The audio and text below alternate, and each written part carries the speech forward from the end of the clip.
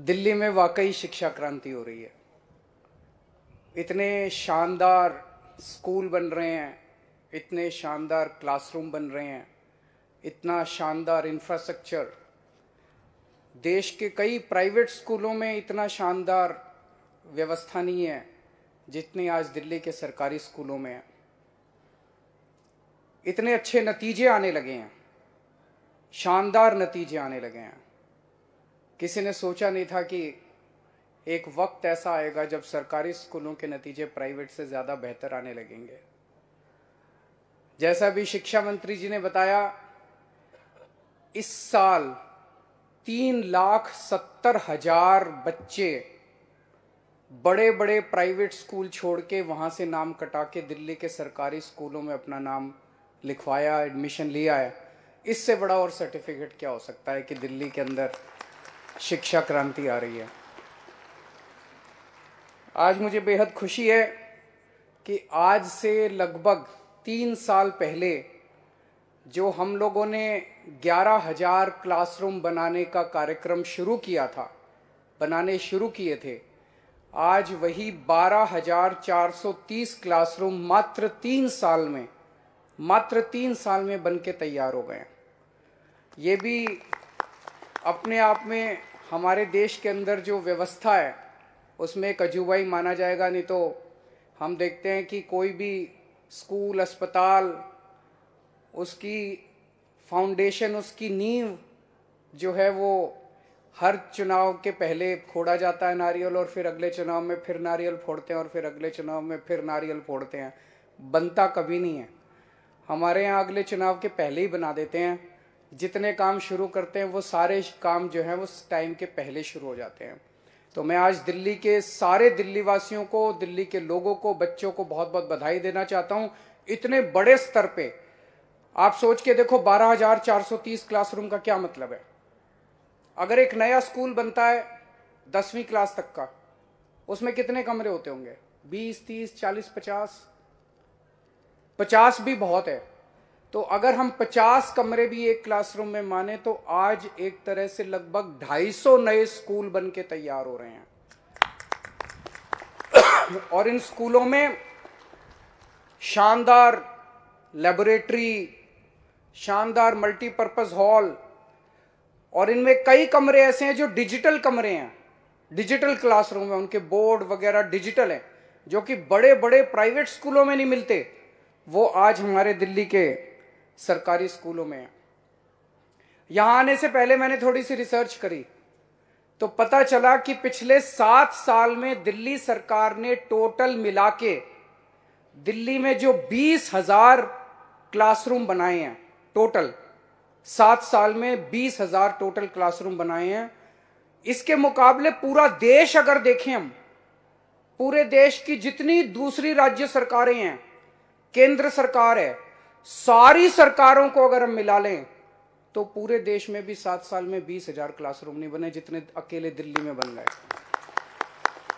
ये बड़ी बात है कि पूरे देश में 20,000 क्लासरूम नहीं बने 7 साल में। सारी सरकारें मिला, मध्य प्रदेश, राजस्थान, केरला, ये फलाना ढिमका, जितनी सारी सरकारें मिला लो, केंद्र सरकार मिला लो, सबने मिला के 7 साल में 20,000 क्लासरूम नहीं बनाए जितने दिल्ली सरकार ने अकेले दिल्ली में बना दिए। बाबा साहब का सपना था। बाबा साहब ने शिक्षा पे बहुत जोर दिया था। बाबा साहब का सपना था कि हर बच्चे को, चाहे वो गरीब का बच्चा हो, चाहे वो दलित का बच्चा हो, हर बच्चे को अच्छी से अच्छी शिक्षा मिलनी चाहिए। दुर्भाग्यवश आज 75 साल हो गए आजादी के, 75 साल के बाद भी बाबा साहब का यह सपना पूरा नहीं हुआ। आज गरीबों के बच्चों को, बाकी देश के हिस्सों में गरीबों के बच्चों को अच्छी शिक्षा नहीं मिलती। वो सरकारी स्कूलों में जाते हैं। सरकारी स्कूलों का बुरा हाल है जैसे पहले दिल्ली में होता था। मुझे खुशी है कि बाबा साहब का सपना कम से कम आजादी के 75 साल बाद कम से कम दिल्ली में पूरा होना चालू हो गया।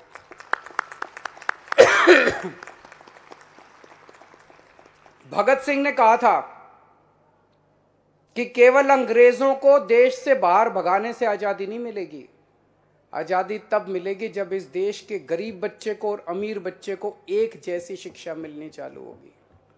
आज मुझे खुशी है कि भगत सिंह का सपना दिल्ली में पूरा हो रहा है। दिल्ली के सरकारी स्कूलों में अब एक अफसर का बच्चा, जज का बच्चा, रिक्शे वाले का बच्चा और मजदूर का बच्चा एक ही डेस्क पे बैठ के एक साथ एक जैसी पढ़ाई करते हैं।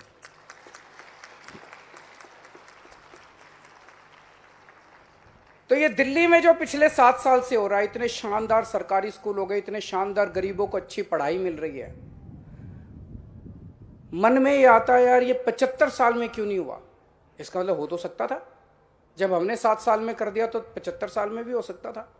क्यों नहीं हुआ 75 साल में? सोच के देखो, अगर आज 75 साल पहले देश के अंदर इतनी अच्छी शिक्षा का व्यवस्था हो जाती, अगर हमारे गरीबों के बच्चों को भी इतनी अच्छी शिक्षा 75 साल पहले से मिलने चालू हो जाती, आज देश कहां का कहां पहुंच जाता। गरीबी दूर हो जाती, अनपढ़ नहीं रहते लोग, कहां का कहां पहुंच जाता देश। टाइम 75 साल अपने खराब हो गए। इसीलिए आज मैं एक बड़ा ऐलान करने जा रहा हूं। आज मैं एक ऑफर कर रहा हूं। अपने पास समय नहीं है, देश ऑलरेडी 75 साल खो चुका है। हमें राजनीति नहीं करनी, हमारे लिए देश इंपॉर्टेंट है। अगर देश की कोई भी सरकार, चाहे वो बीजेपी की हो, चाहे कांग्रेस की हो, चाहे किसी भी पार्टी की हो, कोई भी सरकार अपने अपने राज्य के अंदर दिल्ली जैसी अच्छी शिक्षा व्यवस्था करना चाहती है, तो हम मनीष सिसोदिया जी को थोड़े दिन के लिए उनको लोन पे दे देंगे।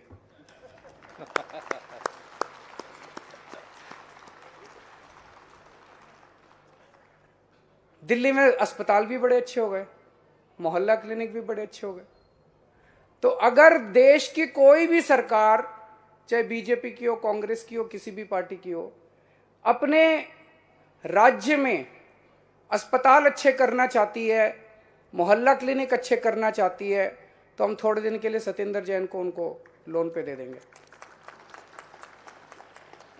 हमारा मकसद ये नहीं है कि हम हर जगह चुनाव लड़ के जीते हैं, चुनाव लड़। हम यहाँ पे कोई नेपोलियन नहीं है कि घोड़ा लेके चला था और एक के बाद एक। हमारा मकसद देश है, देश आगे बढ़ना चाहिए। अगर दूसरी पार्टियों की सरकारें अपने अपने राज्य में शिक्षा व्यवस्था, स्वास्थ्य व्यवस्था ठीक करना चाहती हैं, हम उनकी मदद करेंगे। हम चाहते हैं कि सारा देश आगे बढ़े। अगर वो लोग भी अच्छा काम करके उनको वोट मिले, अपने को क्या है, देश आगे बढ़ना चाहिए। हमारे सामने देश है, हम तो चाहते हैं देश से भ्रष्टाचार खत्म होना चाहिए, देश में अच्छी शिक्षा सबको मिलनी चाहिए, अच्छे अस्पताल बनने चाहिए, अच्छे स्कूल बनने चाहिए, ये हमारा मकसद है। तो आज ये हम ऐलान कर रहे हैं, कोई भी हमसे मदद मांगेगा, हम उनको मदद करने के लिए तैयार हैं।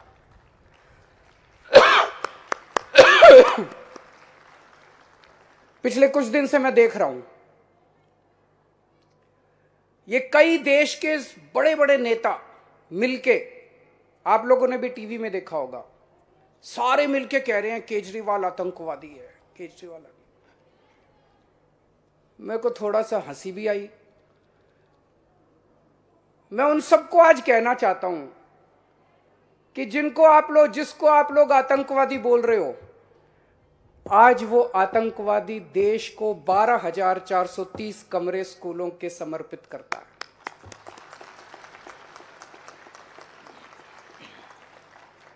आज वो आतंकवादी ऐसे स्कूल बना रहा है जिसमें एक ही डेस्क पे बैठ के गरीबों के और अमीरों के बच्चे पढ़ रहे हैं। आज वो आतंकवादी भगत सिंह और बाबा साहब अंबेडकर के सपने पूरे कर रहा है।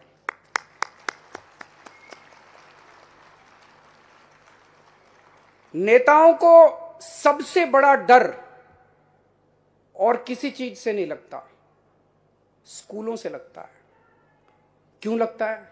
अगर शानदार स्कूल बन गए, अच्छे स्कूल बन गए, तो नेताओं को जात पात और धर्म के नाम पे वोट मिलने बंद हो जाएंगे। हमारे इन स्कूलों के अंदर हमारे ऐसे बच्चे, देशभक्त, कट्टर देशभक्त बच्चे तैयार होंगे। ये हम स्कूल नहीं बना रहे, ये हम देशभक्त बनाने की फैक्ट्रियां बना रहे हैं। यहां से देशभक्त बन के निकलेंगे।